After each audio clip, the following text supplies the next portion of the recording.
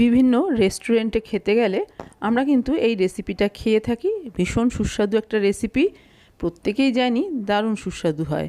আর সেই রেসিপিটাই আজ আমি বাড়িতে বানাবো। তার জন্য বেশ কিছু কচু পাতা নিয়েছি, আর এই কচু পাতার পেছনে যেই ডান্ডির অংশটা এটা ফেলে দিয়ে পাতাগুলো ভালো করে ছোট ছোট টুকরো করে কেটে নিতে হবে। আর পাতাগুলো কিন্তু আমি আগেই ধুয়ে নিয়েছিলাম, দেখুন বেশ ছোট করে কেটে নিয়েছি। এবার একটা বাটির মধ্যে বেশ কিছুটা গরম জল নিয়েছি, একদম ফুটন্ত জল কিন্তু এটা।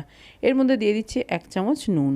এবার নুনটা জলের সাথে ভালো করে মিশিয়ে দিয়ে তারপরে কেটে রাখা কচু পাতাগুলো এর মধ্যে দিয়ে কিছুক্ষণ ভিজিয়ে রেখে দেবো। আপনারা চাইলে ভাপিয়েও নিতে পারেন, তবে আমি ভাপিয়ে নিই না, আমি এইভাবেই করে নিই।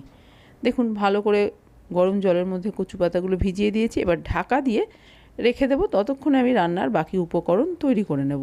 মিক্সির জারে দিয়ে দিচ্ছি পোস্ত, কালো সর্ষে, হলুদ সর্ষে, একটু নুন দিয়ে পাউডার তৈরি করে নিচ্ছি। এবার এর মধ্যে দিয়ে দিচ্ছি কাঁচা লঙ্কা, ঝালটা নিজেদের টেস্ট অনুযায়ী দেবেন। দিয়ে দিলাম 1 চামচ মতো নারকেল কোড়া, আর একটু জল দিয়ে আবারও একটা পেস্ট রেডি করে নেব। এদিকে পাতাগুলো বেশ কিছুক্ষণ ভিজিয়ে রেখেছি, দেখুন পাতাগুলো ভালো মতো নরম হয়ে গেছে। এবার এই পাতাগুলো জল থেকে ভালো করে ছেঁকে তুলে নিতে হবে, আর জলটা পুরো চেপে চেপে ফেলে দেবো। একটা টিফিন বক্স নিয়েছি, তার মধ্যে যে পেস্টটা রেডি করেছি সেই পেস্টটা দিয়ে দিলাম।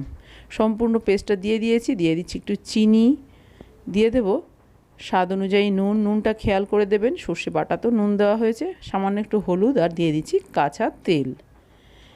মিক্সির জারটা ধুয়ে একটু জল দিয়ে দিলাম, আর দিয়ে দিচ্ছি কচু পাতা। কচু পাতাগুলো দেখুন ভালো করে কিন্তু আমি জল চেপে চেপে তুলে নিয়েছি, আর 1 মুঠো মতো চিংড়ি দিয়ে দিলাম।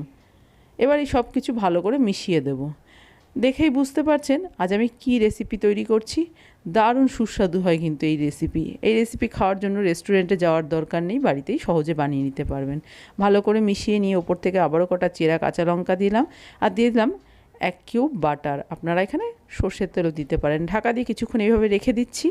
এবার ভাপাটা করব, তার জন্য কড়াইয়ের মধ্যে দেখুন বেশ কিছুটা জল গরম করে নিয়ে এর মধ্যে টিফিন বক্সটা বসিয়ে দিলাম। খুবই অল্প জল দিয়েছি, বেশি জল দিলে টিফিন বক্সে ঢুকে যাবে। এবার ঢাকা দিয়ে গ্যাসের ফ্লেম মিডিয়ামে রেখে 10 থেকে 12 মিনিট রান্না করে নিয়েছি।